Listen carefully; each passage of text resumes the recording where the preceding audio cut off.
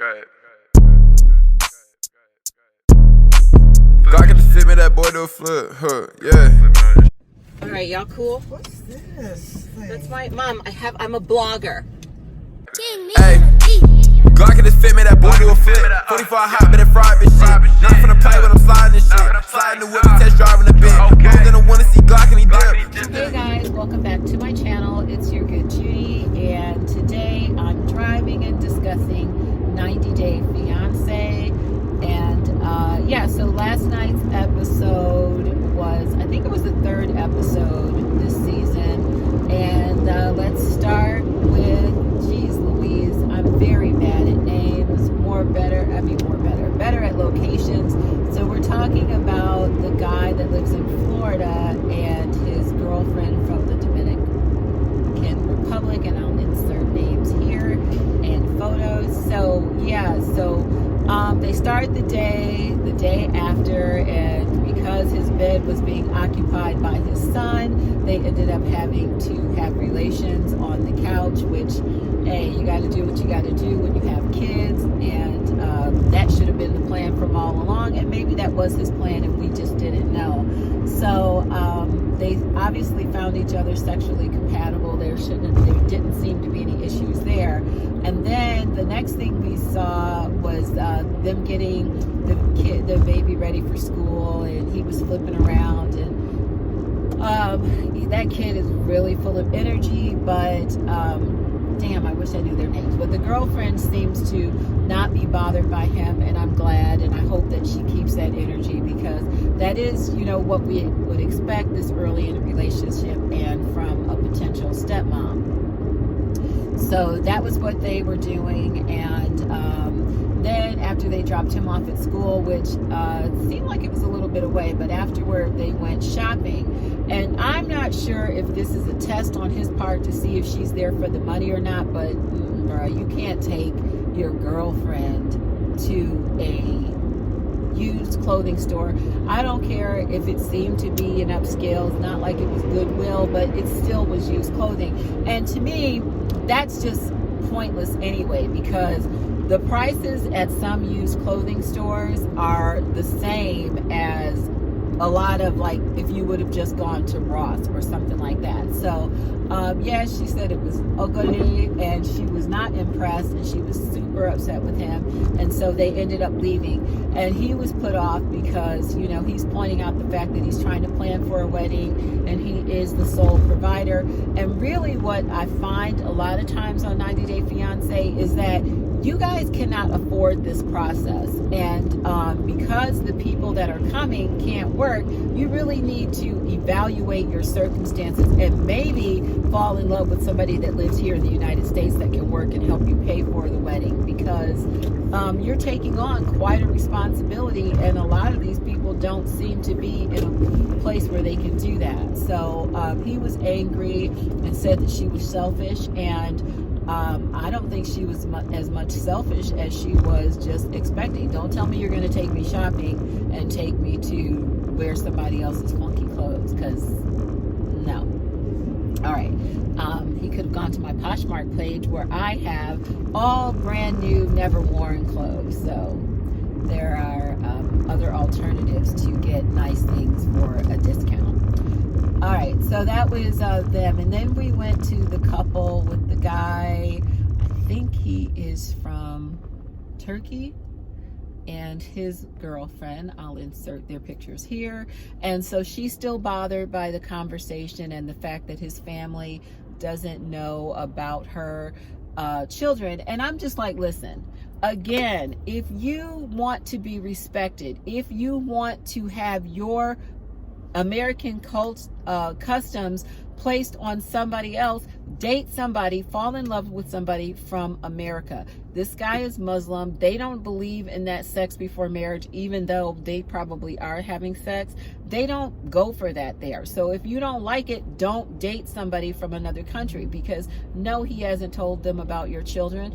No, he's not accepting of that, and he doesn't know what he might do if his family finds out, but at some point they will. He said something like maybe in 10 years or something like that, which is absolutely freaking ridiculous. But the time to know that it's ridiculous or how he feels is not on day 5 of your 90 days in. That's something that you should have talked about. I think she was one of the people that went to visit him there. I think you have to do that in order to even get the 90-day visa. So you should have known where he stood, and you did know, because he told you that you knew that that his family did not know about your children. So stop acting put off. Stop asking him to tell you something that you want to hear, because he's not going to do that, and it's going to be a minimum time before he tells you. But he did let her know that he cared about her, and apparently for her that was enough, because you already knew it. So stop with this outrageous indignation when you knew that he wasn't telling them about your kids.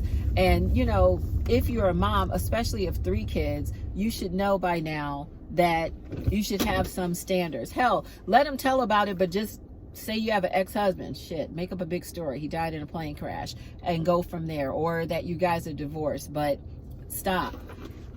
Okay, so that was that. And so then the next thing, I just pulled into the parking lot so I can finish this, guys.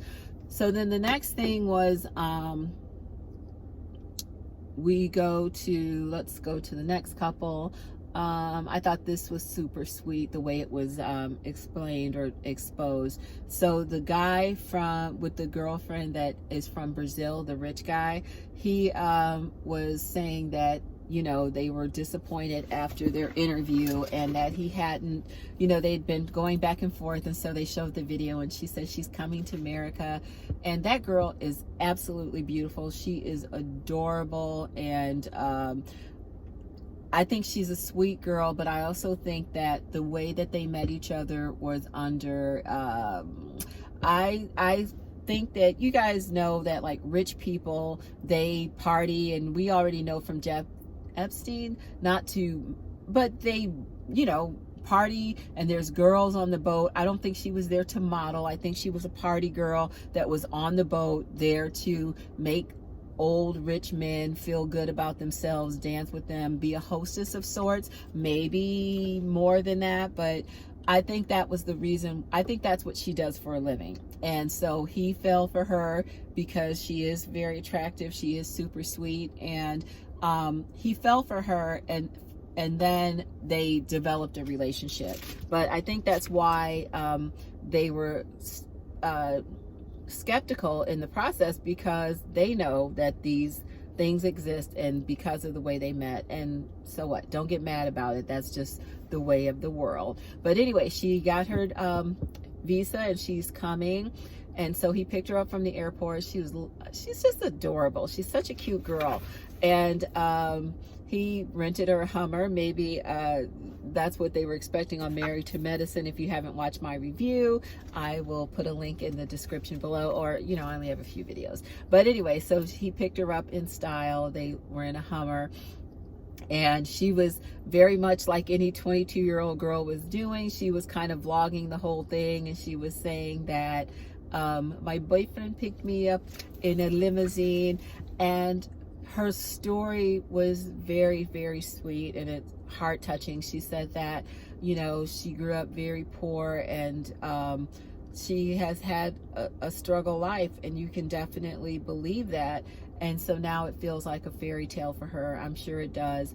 The thing that I worry about with him is he seems like he can be that dick that makes you feel like, because he's got so much, that he's like done you this huge favor, and kind of hold it over your head. But we'll see.